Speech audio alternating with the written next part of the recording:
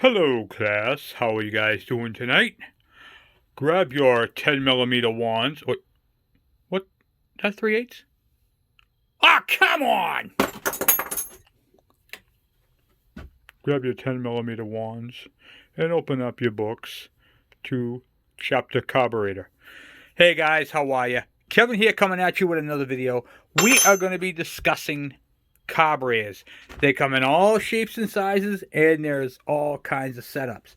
What we're working on tonight is Aaron's carburetor, but I was going to do one on his carburetor and then decided, because there are so many variables on these KEs, KDs, KMs, and all that jazz, I'm going to do a bunch of them.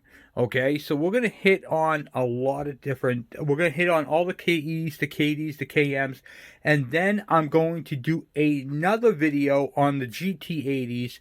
I'm going to do another video on the KV75 carburetors, because there are so many different ones.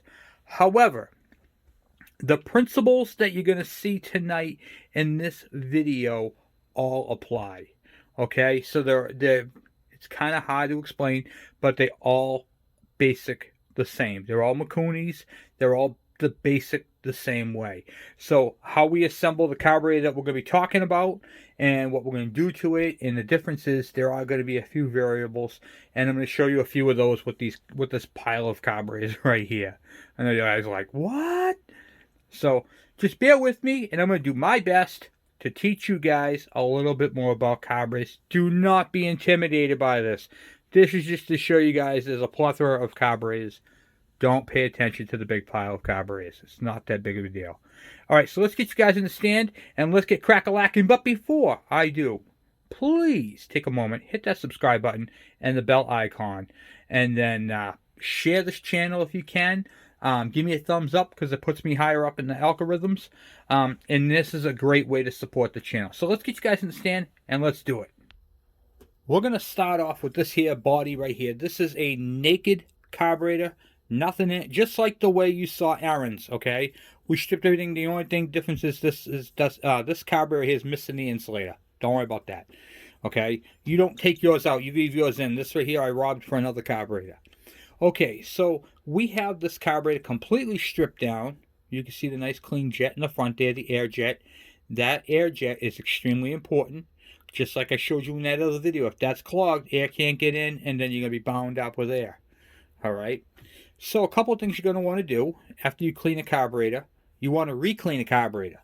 So what that means is you want to take your brushes, your brush kit if you can. Okay? You can get these cheap. You can get these at any auto parts store. You can get these at a motorcycle shop. You can get these anywhere. You can get them on eBay. They're like a couple bucks. And you will, if you do a lot of carburetors like I do, you'll be going through these a lot. And then what I like to do is just make sure I get all the crud out of them, you know. Just make sure you can go through all the orifices. And what I like to do is I like to take a light, okay, and stick it onto the carburetor and see if I can see light through the carburetor. So you should be able to see light. This is the main area right here, but this doesn't really matter because the orifice is out. But this little hole right here in the bottom, this is your pilot jet, okay? This is for your idle circuit. This is for your quarter to full throttle circuit. These holes right here are just vents. So if you have an aftermarket carburetor and you buy one of these Chinese CARBs, okay, they'll look like this, all right? And they'll probably have some writing on that. See this right here? That is a vent. That's all it is. So that comes from the bottom out to the front, a vent. There's one on the other side, but it's in there. Oh, actually, it was right here. That's where the vent was. It doesn't matter. You don't need to block them. Just leave them out to the atmosphere. It's perfectly fine. A lot of carburetors actually come with this purple hose, and it basically just goes on there and then hangs down to the bottom of the car. It looks cool, but it really don't matter on a KE, KD, or any of these bikes because, well, you don't see the carburetor anyway because it's inside the case. All right. So first thing we're going to do is inspect the orifice. This is the orifice tube that goes down through the center of the carburetor. Okay, it goes right through the bottom there. This is the main part of the carburetor. This is where the fuel comes out and where the air goes into the that main jet in the front to allow the fuel to build up inside the bowl. Now, I want to talk to you guys a couple of things about this. All right, this is a one-piece brass piece. Okay, but I want you guys to pay attention to something. See if I can find something to point with. Okay, I'm going to use a needle, conveniently. Okay, so see right here, you can see a gap all the way around. That is because that is connected to this orifice hole right here, where your main jet goes in. You got to make sure that's clean, okay? It has to be all the way clean around there. Now, there's something that is quite often overlooked, and it can really rob you of performance. The center orifice right here, you want to make sure that these are smooth all the way around here. If that is pitted at all, that will prematurely wear your your needles. Okay, so if you have a needle and it's all scratched up and it's all like pitted and it just looks terrible, it's not smooth. You should be able to take your fingernail, put it on there, and slide it down without catching anything. If you catch something and it's like all gritty, okay, chances are you have some pitting on your needle. If that's pitted, you have to replace this orifice because that needle is supposed to slide nice and smoothly without any resistance in and out of that needle. Okay? I mean, in and out of the orifice. It should slide nice and freely, and you got to make sure there's no pitting in this area. Okay? If there's any pitting or any type of distortion, get rid of this orifice, get another one. All right. So what I'm going to do is I'm going to assemble this right here outside the carburetor to show you guys some stuff, okay? So as you know, the needle, when it comes down on the slide, here's the slide right here. Okay, that's the needle representing that one. That actually slides into here. Now, you can see how it filled in the entire orifice hole, okay? Now, right now, when that is blocked up completely, that's because you're on your idle circuit. And all your fuel is coming through that little hole right there. See that little hole? That's where the engine's getting its fuel from, is that little orifice right there. So there's a jet that goes in here. The jet regulates the amount. It comes through here, goes through that little hole right there. All right. And then that's what feeds your engine the fuel as the air comes through. And the slide will be all the way down. The needle will be blocking the main orifice. The tip of the needle will be resting on the backside of the main jet. It'll look like that. And blocking off the fuel. How that looks all together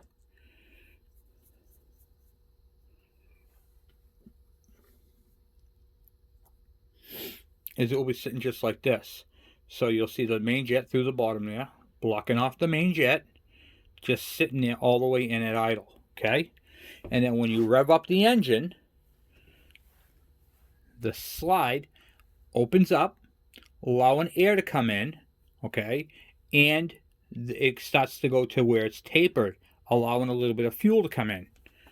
So if you look, you can see how the needle right there. So as it goes, I'm going to pull it to one side so you can see. See how it starts to show a gap? How it opens up? And then when it gets to the bottom of the needle, see how much of an opening is? Now, you're pulling fuel from that orifice right there. Okay, right through the main jet. So the main jet is only going to give you that diameter of fuel. So once you run up as much as you can, that's it. That's all you're going to get. All right?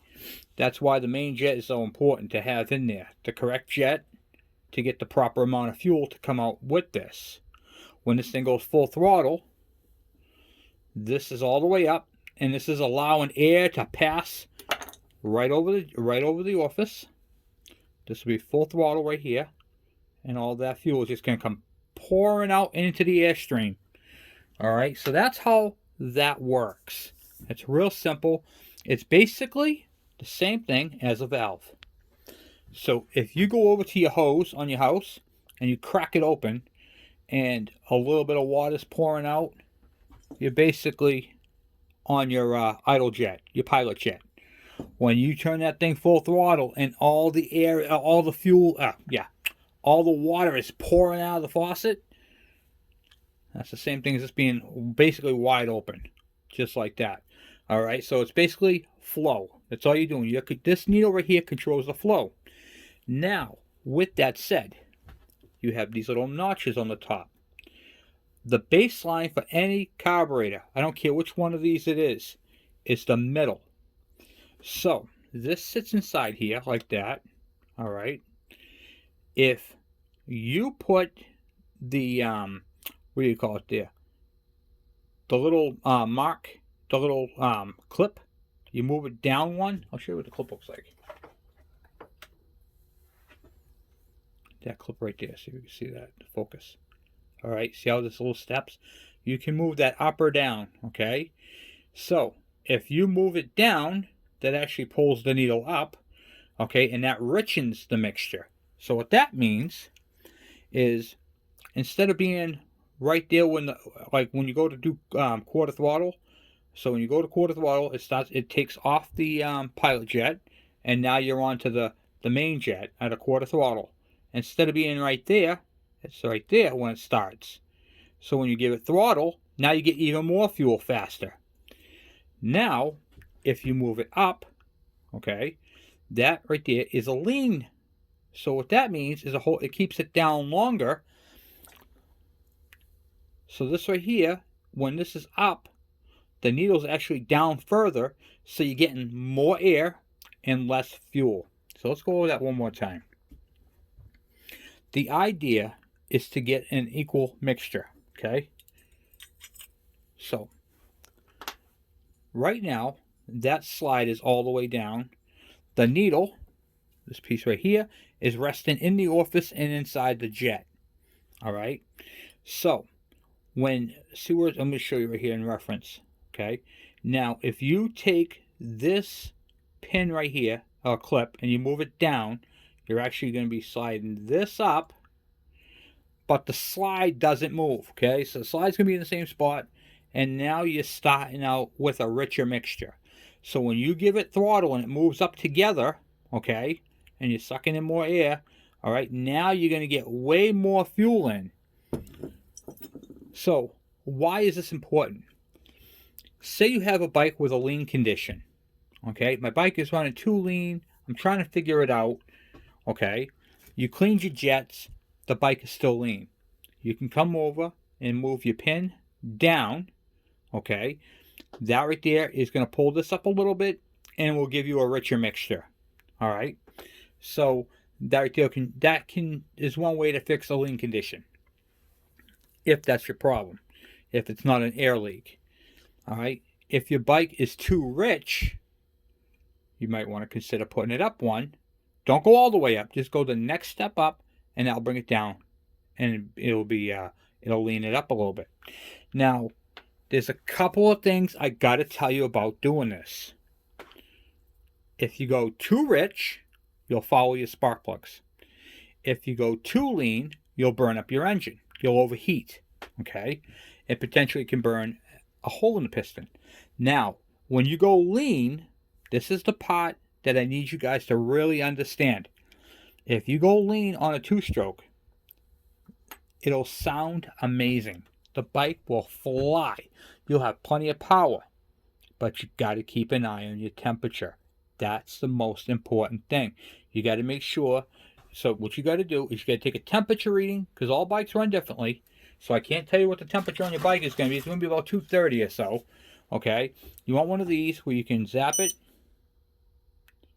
take an engine temperature, and then try going lean or going rich and see how it does. Okay? You want the bike to run cool. The cooler, the better. All right, we're going to move on. So there's that. Okay? That is how you adjust and why you adjust this. Now, when you put this orifice in, there is a groove on the side here. Okay? Let me get this jet back out of here. That groove has to line up with the little, there's a little groove. If you can see it, not right, you can. Right down the side, on the side right here, see the groove? That's going to fit into there. The other thing you need to make sure you note is, see this hole? That hole needs to line up with the air jet in the front. Okay? And that's how you can tell it's going in the right direction. Plus the back of the door is open. See, if you look on it, there's a part that's notched out.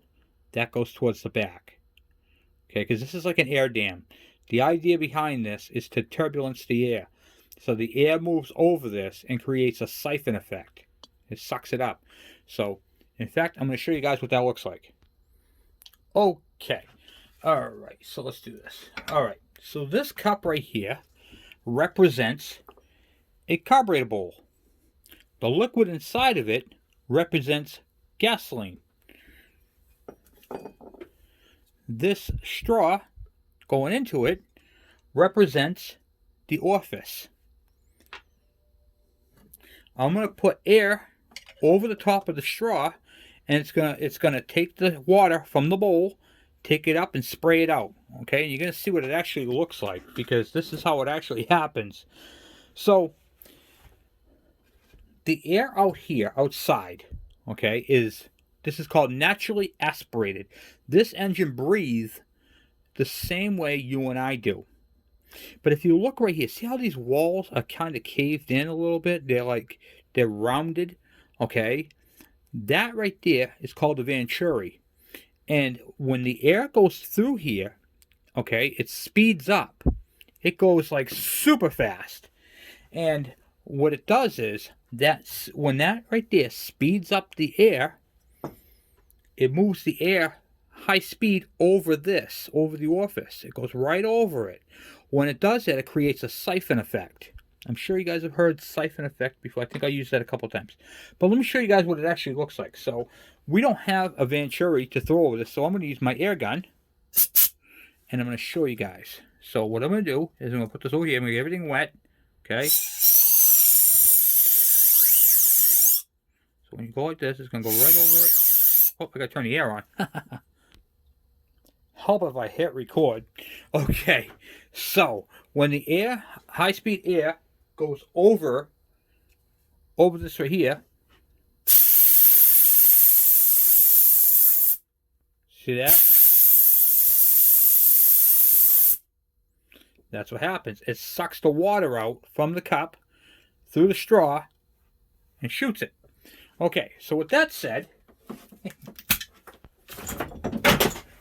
now you guys get to see how that works, okay?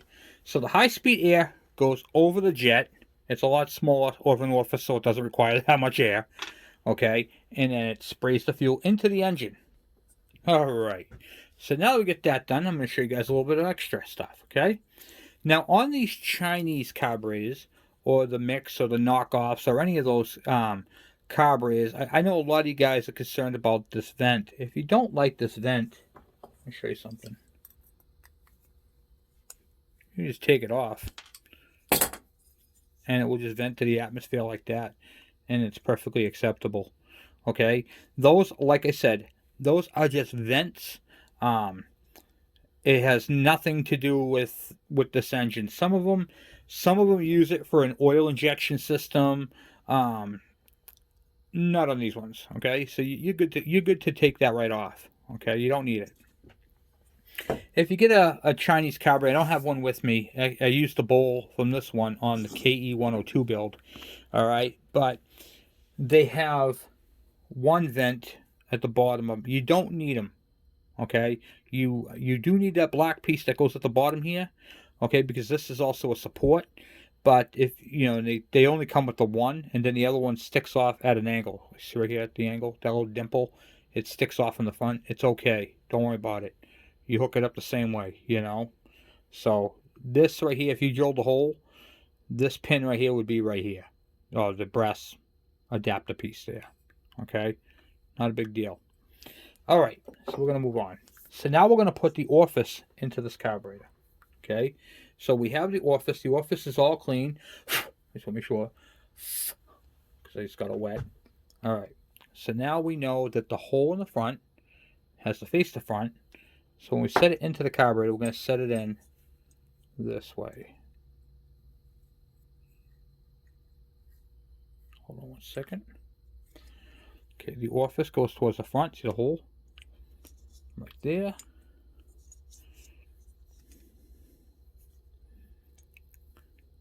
I'm just trying to line it up. I'm pushing it in with my finger, and then at the bottom, I'm going to look because there's a pin and a groove. And it fits in just like so. Just like that. Okay? And that's how that sits in there. Then there's a washer that holds that. Okay, so let me get that washer. The brass washer that goes in there, this is a dirty one. I'm just showing you guys how this all goes together. This brass washer is very important because if you don't have this brass washer, and it goes right here, okay, when you put this jet in, that orifice will not tighten down. You'll be able to slide up and down. Alright, so it's very important. I'm going to show you guys something else too. Let me get this back out for a second.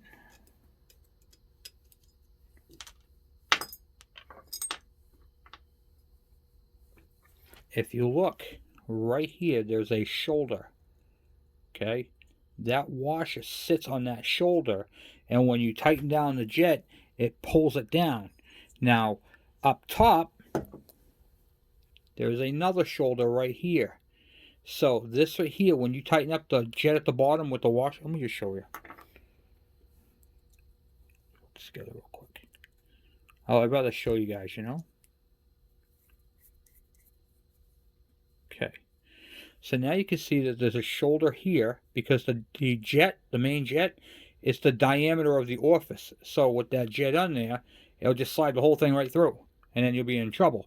So you have a washer here to hold it on one shoulder, and then there's a shoulder here. So this can't go up and down. It's permanently fixed, and then with the groove in that pin there, this can't rotate. So it's stayed in there and it's locked in. So that's how that is inside there. Alright, so we're going to move on from that. The next thing we're going to be talking about is the pilot jet. This little pilot jet right here. Now, you have to make sure you can see light through it. Okay, so you can see the light through it. You want to be able to see light through that. And you need to see light through these little holes on the sides. Okay, those are air. Okay, those are for the air and around here to allow it to do the siphon effect. Okay, so now this goes inside here. When you tighten these down, you got to make sure you have a good, sharp, flat screwdriver. Wind them in until they just seat. Once it seats and it's in there snug, give it a little extra turn. Do not crank these things in there and oh my god, you know. You don't want to do that, okay? You don't need to gorilla tighten these things. No Loctite, just put them in nicely, snug them up. Same thing with all these other jets, okay? Now, that's a lot of information about carburetors and the jets. Now let's talk about jets, for instance, okay? Jetting a carburetor is very important because the factory jet is, some of them are 77.5, some are 70, 78 straight, 79. I always go on the KEs, the KDs, and everything. I just put an 80 in there, okay? If you find yourself jetting your carburetor, you're playing with your main jet. It's very common. Now, here's where they get you, because when you buy a jet kit, it comes with a whole bunch of different main jets. Okay? These are the main jets, the big ones that go in that orifice. Jetting a carburetor is critical. So if you modify your air filter assembly, if you modify your cylinder head, if you modify your bore, your stroke, your exhaust, any of those major modifications, you may need to put a bigger jet in, because now these are an air pump. So what you put in, you have to be able to get out.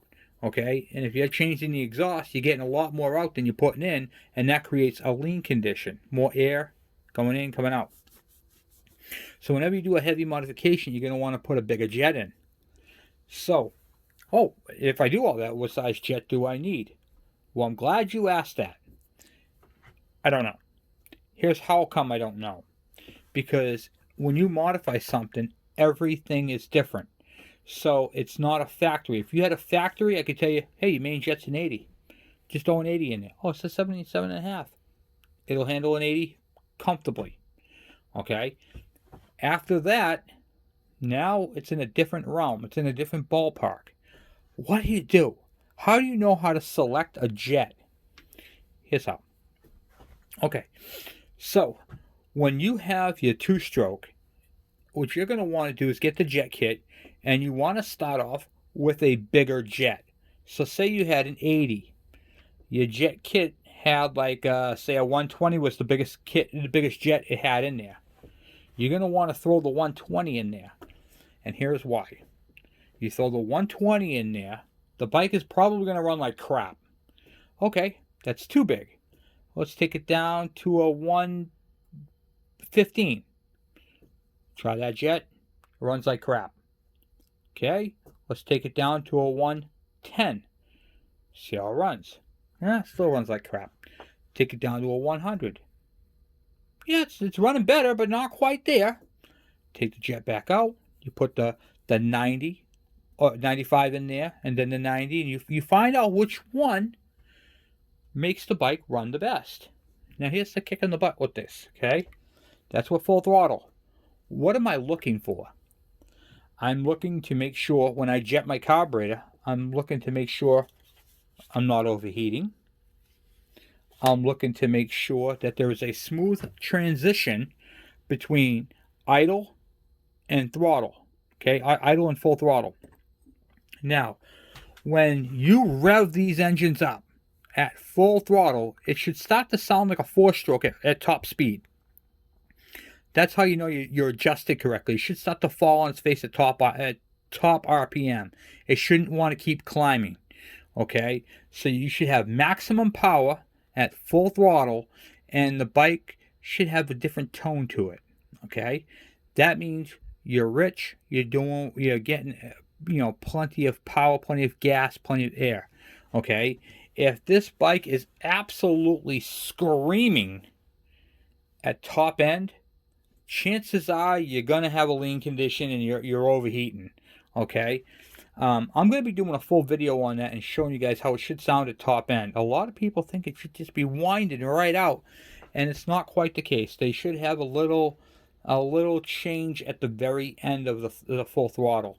And I'll be doing a video on that to show you guys what that should sound like. Because if you're not, you're jetted incorrectly. Okay? And it shouldn't lose power, but it should maintain power with a slightly different sound than it would be on its way up there. In order to do that part of the video, you'll have to hear it. So I will be doing a video on all that. Okay, so the next thing you want to do is install your seat. Okay, this is the seat right here, and the needle goes inside. Let me grab a needle real quick.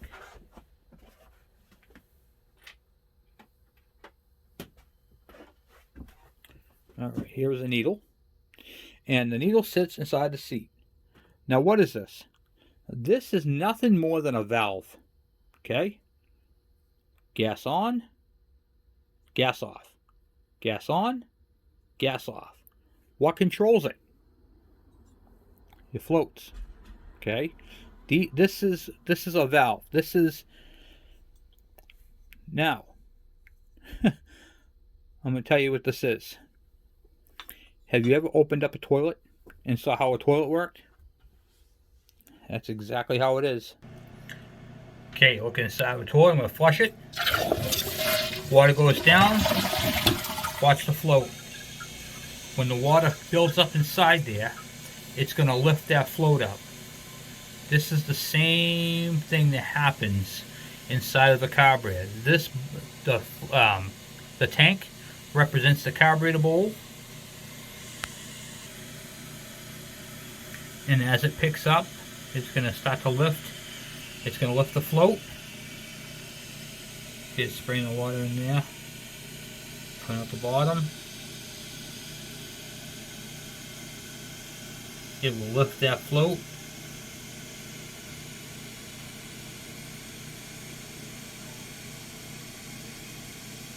Up in here is your needle and seat. That's it. Shuts it off.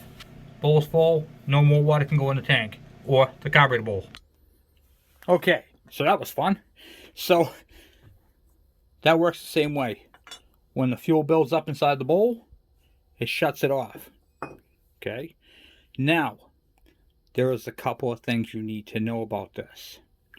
This needs to be absolutely spotless and clean.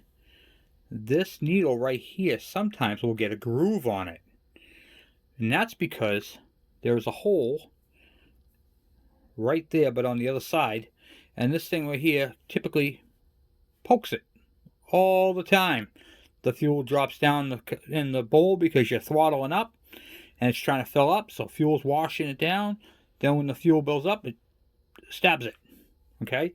So typically, there'll be a groove about halfway around it.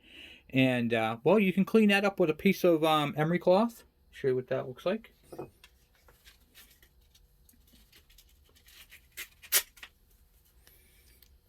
It's a piece of sandpaper, and what I do is I just take it and I just lightly spin it on there, just like this. Evenly all the way around, just so there's no burrs. And you got to make sure you do it evenly, okay? Just to take the burr down and try it out. Now, how do you test the carburetor? I have my little stand that I put mine on, and then what I do is with the float installed, I close the valve, hold it up, and make sure it's not leaking. If I see it leaking with the valve closed, then I know I have another problem, and I'm able to see where my problem is.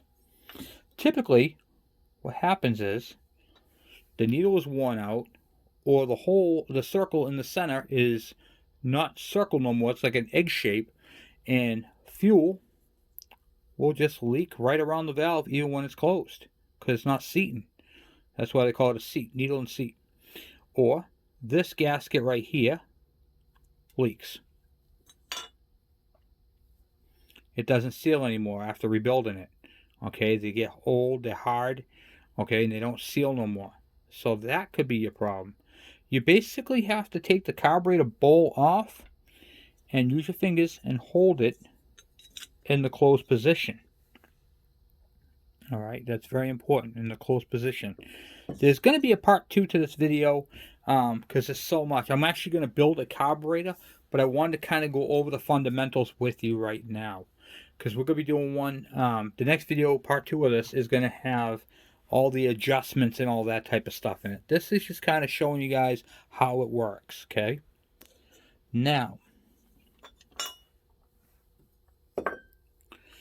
there is an adjustment screw right here in the front, okay?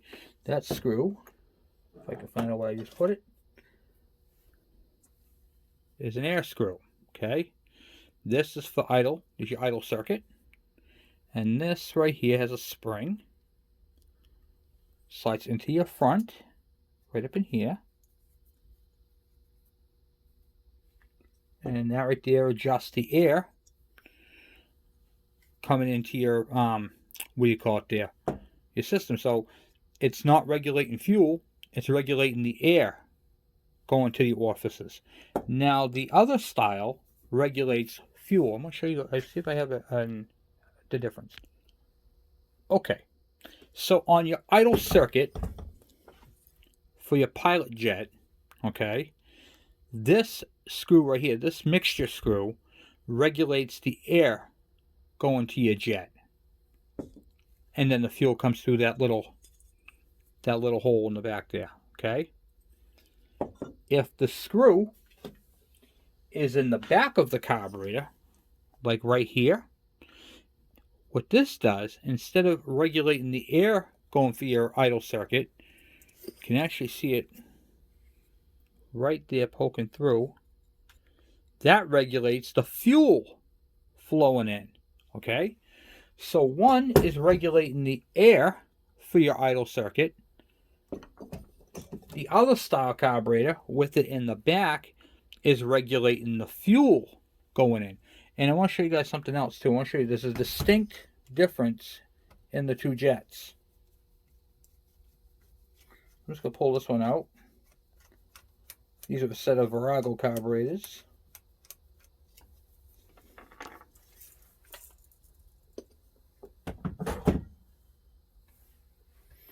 I'll pull the one out of here. Okay. So you can see the difference between the two. Here's how you can see right here how it's got a slight taper to it, and the rest of the shaft is solid. Like that. It's not even a point in the tip. Okay, that is an air jet. Okay, that's regulating air, not fuel. This one has a pin. See how thin that needle is? And that actually goes into that hole. So if this was in the back of the carburetor, it would be poking through that hole. Let's see, right there. Okay, and that right there will be regulating fuel going into your idle circuit, not the main. Once you get onto a past quarter throttle, that doesn't matter. Okay, that is your low speed. That is just your idle circuit. Okay, that regulates the air, not fuel. All right, so we got that all hammered down. Now some carburetors have on the KEs and stuff I'm talking about, have the idle mixture screw here. Some of them, see where that dimple is? Have it right here. And then you have that plug. Now that plug is because this carburetor has been preset by the federal government rules and regulations. Okay? Oh man, that means I can't fine tune and adjust my carburetor. That doesn't mean that at all. What you're going to have to do is you're going to have to drill that cap off. So what you need is real simple. I'll show you guys what the tool you need. Let me grab my Milwaukee M12. And that big drill bit right, well actually that's kind of, I don't know, let's see here. How do I do that? I put that like that. Yeah, kind of like that. Drill bit looks a little bit big. Let me get a slightly smaller drill bit than this big one right here. This is only a it's a 1-inch drill bit. So let me see if I can get something a little smaller. Okay, I found one a little bit smaller right there. That should do it just fine. So what I'm going to do is I'm going to take this carburetor and I'm going to center punch right in the center there so I get a nice squared hole. Squared hole. That doesn't make sense, but you know what I mean. Right in the center. Okay.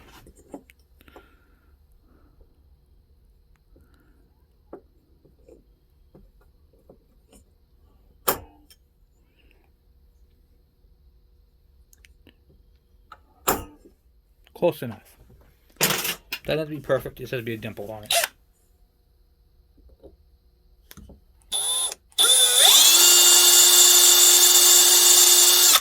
Now, how far down do you go? All right. There's actually a little thing I want to show you. Okay. That right there is only about as thick as your drill. It's a little thinner, but it's not too far down. Okay. So it's only about 3/16 of an inch, I would say. Maybe 2/16. You'll feel it go all the way through. Okay,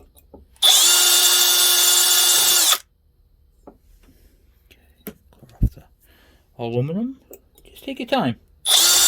Oh, that's all right. It already came loose. Okay. Sometimes they don't spin like that. This one's spinning. So let's see if we can get out without that. Nope, that's spinning. Okay, that doesn't normally happen.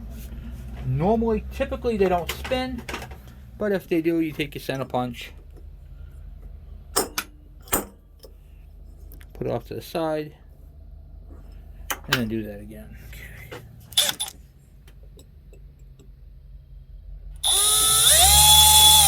Okay, I felt it drop in and poke through. And then when you look inside there, you can see the brass. See the brass?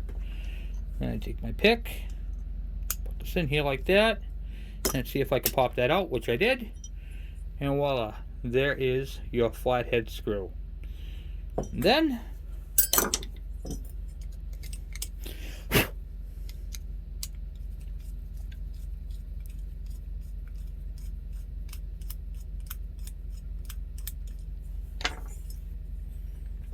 there is the same exact screw and spring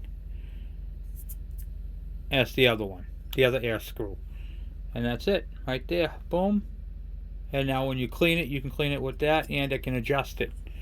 So the idle mixture screw for these are set to 1.5 turns. So what you do is you just turn it in until it just seats, till it just stops. Okay, right there, 2 fingers, it stopped. Then I count them. Half, 1, half. Done. You don't have to do nothing else. You don't need to cap that off. You can leave it just like that, because there's no difference between that or if it was in the front. Okay? And that is how you remove that. There are several different styles of this carburetor. Okay? Do you see how this is blocked off right here? That's because your choke doesn't get the air from right there. It gets it from right here. Now, if you look at the other style of carburetor, okay, this one is capped off right here because it gets its air through the front. See?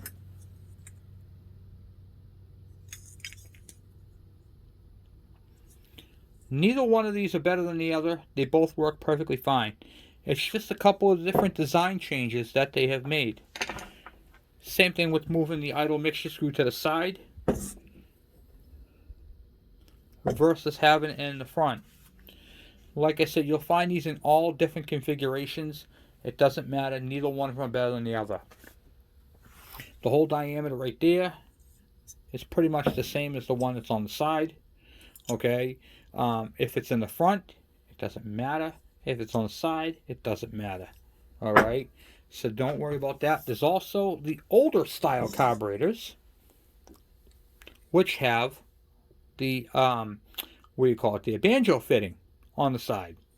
So you can see right here, it's got the screw and the air intake, just like the newer ones. There is no difference on these carburetors. Okay? That's literally just how they're made. Both will work just fine. There is another style of carburetor that I can't pronounce it. Takawa, I forgot how you pronounce it, but this is a junk one. It's the square bore carburetor. I call it the square bore. It's not a bore, but I call it that. I call it the square bore because the gasket for this thing is squared off, where these ones are round. Okay? The idle mixture screw, oh, yuck, is in the same spot, and that's also 1.25 turns out. 1.5 turns out. Sorry, not 1.25, 1.5. Okay? And the book will tell you that, which I'll show you in the next video, that it's 1.5 turns out. It also will show you that there is different settings for other ones. That one says 1.25 turn. Let me tell you something. You're going to have to fine tune it. Each bike is worn in differently. They're not brand new bikes. Okay? So you're going to set it to 1.25, but you're not going to leave it at 1.25. You're going to have to probably fine tune that, you know? Don't bank on the 1.25. There is, you know, you're going to have to adjust it accordingly. And that's the beauty of these bikes. You can fine tune them. A lot of people think, oh, okay, I rebuilt my carburetor, set to 1.5, like your video said, but the bike's not quite idling right. But if I turn this, if I turn it out to say 1.75 or 1.25, it runs better. That's okay. That's fine. All you're doing is fine tuning it. You know, the packing in the exhaust could change. You know, it could be hard and all hard and crusty. That's going to change the flow of air. Okay, so you're going to have to adjust the carburetor for that. It's not uncommon. And then if you repack the exhaust pipe, guess what? You might have to set it back to the way it was. You know, there's different things that, you know, things wear in. If your spark plug wears, it's been in the bike for too long, and the electrode is worn down, you might find yourself, you know, okay, this is not running quite right, but I don't think it's a plug. I think it's a carburetor, and you can end up turning that, and you'll adjust it more. You know, I'm telling you, these bikes are finicky, but they're not too complicated. I know this video is a little complicated, so I'm expecting a lot of questions. By all means, please ask them, and I will answer them. We are going to be putting together his carburetor tomorrow night, and when we do that carburetor. It's going to be part 2. So I want you guys to kind of get the feel of what I'm doing before I do it. You know what I mean? So when I'm doing it, you can be like, oh, okay, yeah, he's doing that right there that he explained. And I'm going to ask you guys a couple questions tomorrow, and I'm going to pause, and I'm going to see where you guys are at, and then, kind of make it like a little fun thing. So you guys can personally answer and go, hey, Kevin, I got that right, So that's kind of what we're going to do. We're going to learn a little bit more about carburetors, and we're going to talk a little bit more about them. So anyway, guys, I'm off for right now. This is part 1 of the carburetor. Actually, this is actually part 2, so it'll be a part 3 because we already took it apart. So this is part 2. There'll be a part 3. All right? And I will talk to you guys later. I'm out.